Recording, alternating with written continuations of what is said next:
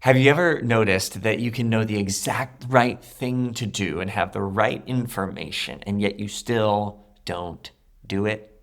Now, I'd rather have the right information, the accurate, helpful information, than something inaccurate and unhelpful and chaotic.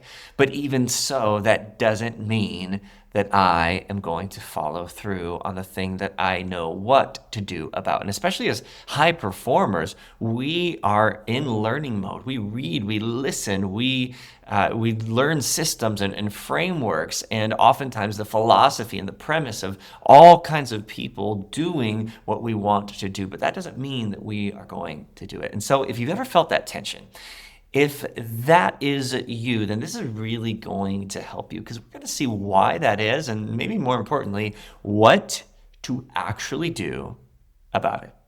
The problem is that most of us operate with a faulty paradigm. We think, hey, if I can just learn enough, then I will change.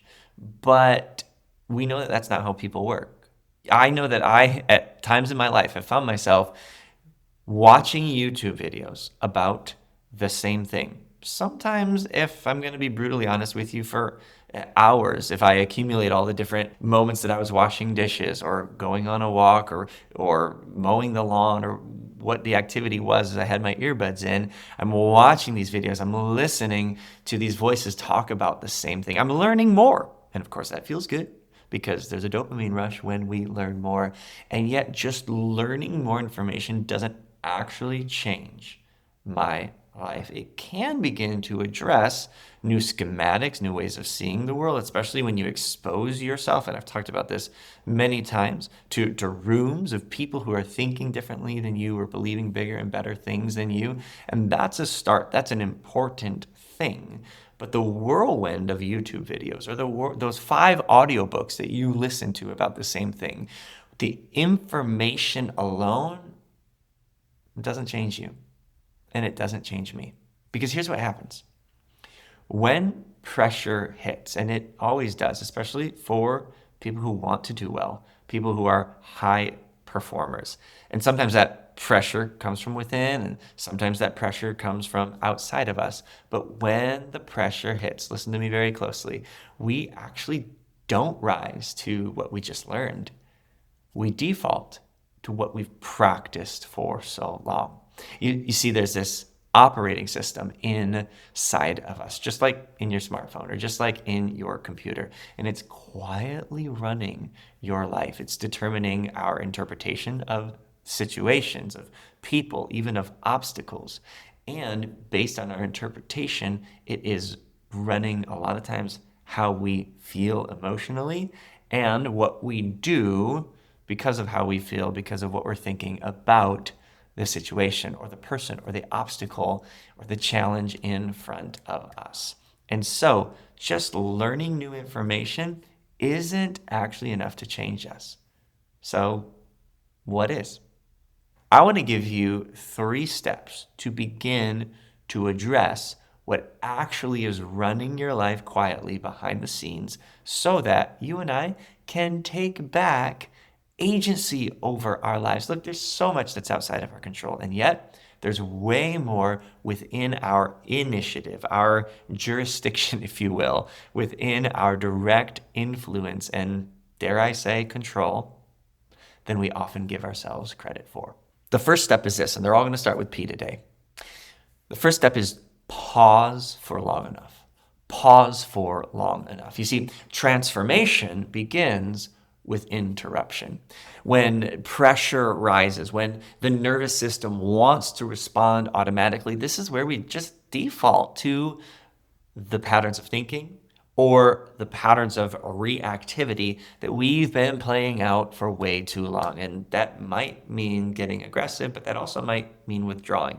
That might mean ignoring pain with working more or eating more or whatever it is. But rather than just defaulting to the same old pattern, what we want to do is we want to pause long enough to interrupt, because transformation begins with interruption. Now, what happens for most people is they move from trigger to reaction in literally a split second. But Growth happens, at least the most productive and the most helpful growth happens in the space between those two moments, which is why we want to pause long enough. And we want to ask ourselves three questions. We want to pause long enough to ask, one, what am I really feeling right now? And by the way, if you have noticed that you maybe don't have a large emotional vocabulary or it's hard to pay attention to that, just start with these four words: glad, mad, sad, or scared. At the very basic level, what am I feeling right now? Am I glad about this? Well, no, I'm actually uncomfortable. I'm about to do something that I might regret or say something that's not going to help. What am I feeling right now? Am I sad? Am I mad? Or am I scared?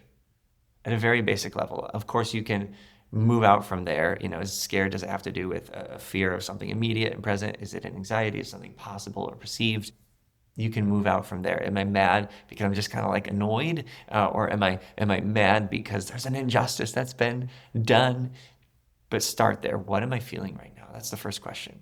The second question we want to ask ourselves when we pause is, what's happening inside of me? There is energy that is in motion. In fact, best-selling author, neuroscientist Dan Siegel, who wrote The Whole Brain Child, who wrote Brainstorm for Teens, and talks a lot about the brain, he says that emotion is energy in motion. And so we always want to ask ourselves, what's happening inside of my body? That's actually a gateway to getting what's actually going on and understanding, well, even the feeling that we just talked about. Because if we can notice, man, my heart's really beating, then we can recognize, I think I might be getting a little upset about this. I think I might be getting a little anxious about this. I think even though my mind wants to tell me, no, we're all good, I don't want to be that kind of person that feels nervous. No, my body's actually telling me, the pit in my stomach, the muscle tension is telling me, I actually am a little bit nervous about this. And so we want to ask ourselves, what am I feeling? What's happening inside of me? And then we want to ask ourselves, and what do I actually need right now? All we're doing is we're pausing long enough to interrupt our trigger to reactivity. Transformation happens in the interruption. You can't choose a different response if you've never interrupted the automatic one. So step one, to actually change, pause long enough. But here's step two. We want to pay attention to the pattern. In fact, a long time ago, I heard that one of the greatest gifts that somebody that does what I do, whether it's coach or therapist, can give somebody is to help them pay attention to the patterns. Because let's be honest, there are patterns that run in your thinking, in your life, in my thinking, in my life, in the ways that we handle conflict or disappointment, or even a hot day when we're uncomfortable and the AC isn't working. There are patterns that happen all the time in our life. There are patterns to the conflict that you have with your spouse, or even the power struggle and the conflicts that you have with your kids, no matter what ages or stages that they're at. When we pay attention to those patterns, oh my gosh, there's so much power in that. But like we said in step one, we're never going to get there if we don't pause long enough.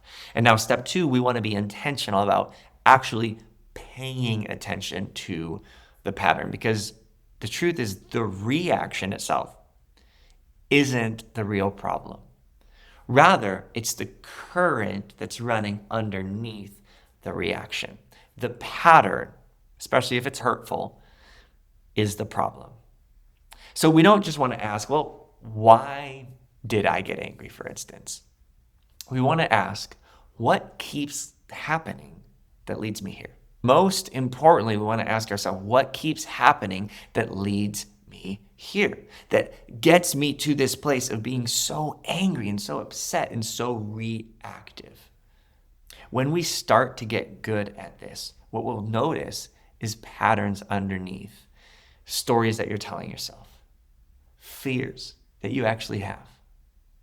Expectations that you carry either for yourself or for other people. That's important to recognize. Beliefs about the world, about perseverance, about who you are, about what you want your family to be.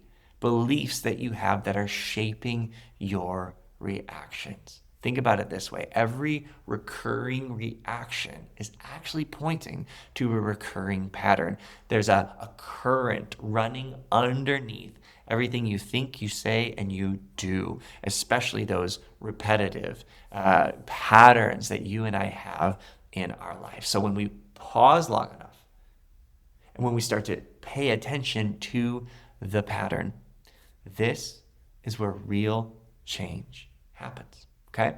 But there's a third step we need to take, and that's practice over time. So we paused long enough, we started to pay attention to the pattern.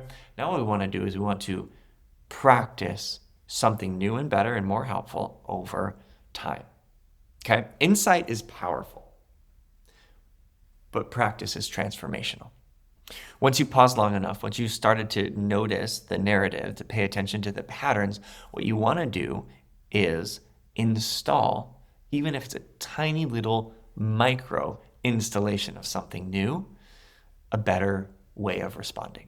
So the next time that you feel the temperature rising when you are in a conversation with your wife, be it about work or time or the kids or money, rather than just immediately raising your voice, why don't you try responding on purpose with a lower tone, with less of an intense tone?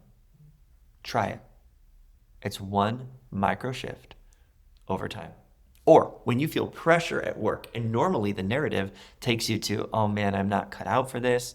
Oh man, I think that I might lose this job or face something negative because of what my boss or what my peers might say. Practice this instead. Hey, I've done hard things before. I can figure this out too. It's a micro shift in the moment. But hey, micro shifts build new muscles over time, new patterns, new habits, new pathways in the brain, and new realities over time.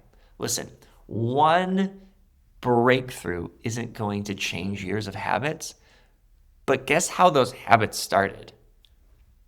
One negative thought, one overreaction that turned into a pattern over time.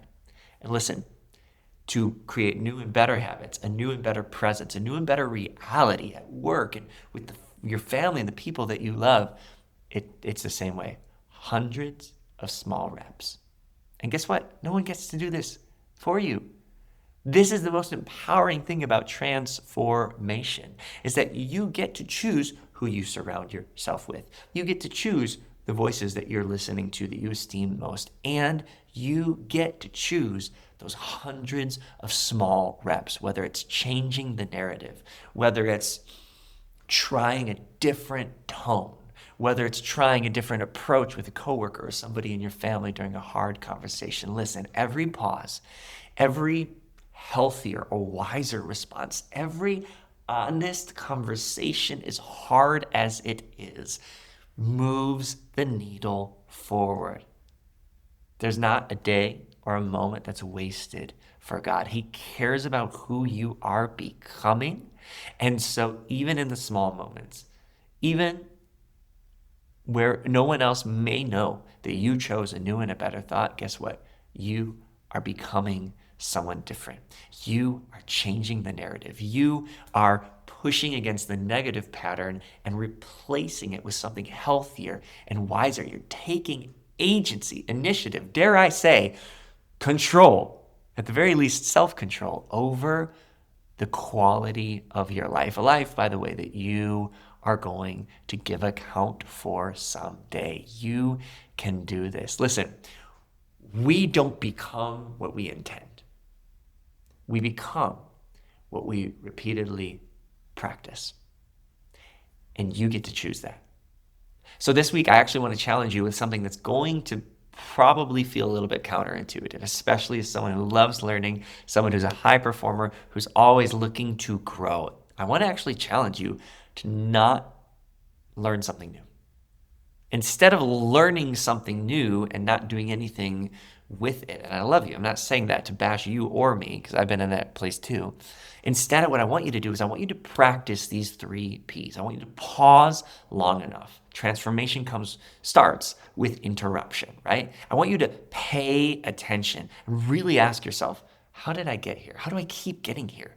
What's the pattern underneath this? And then I want you to practice. Choose one small micro intervention, a different response, and for a week, repeat it every time the opportunity comes. Because here's what I know. Walking at some point was difficult for you and for me. Now it's an everyday thing. Riding a bike at some point was hard for you and for me. We started with the training wheels, took them off, fell off a couple times, and then it's second nature now. There are so many skills that at one point you weren't born knowing, but now it's just another Tuesday for you. Whether that's at work, whether that's in church or ministry, whether that's with a hobby, you are capable of building skills. But you know how you did it? One rep at a time.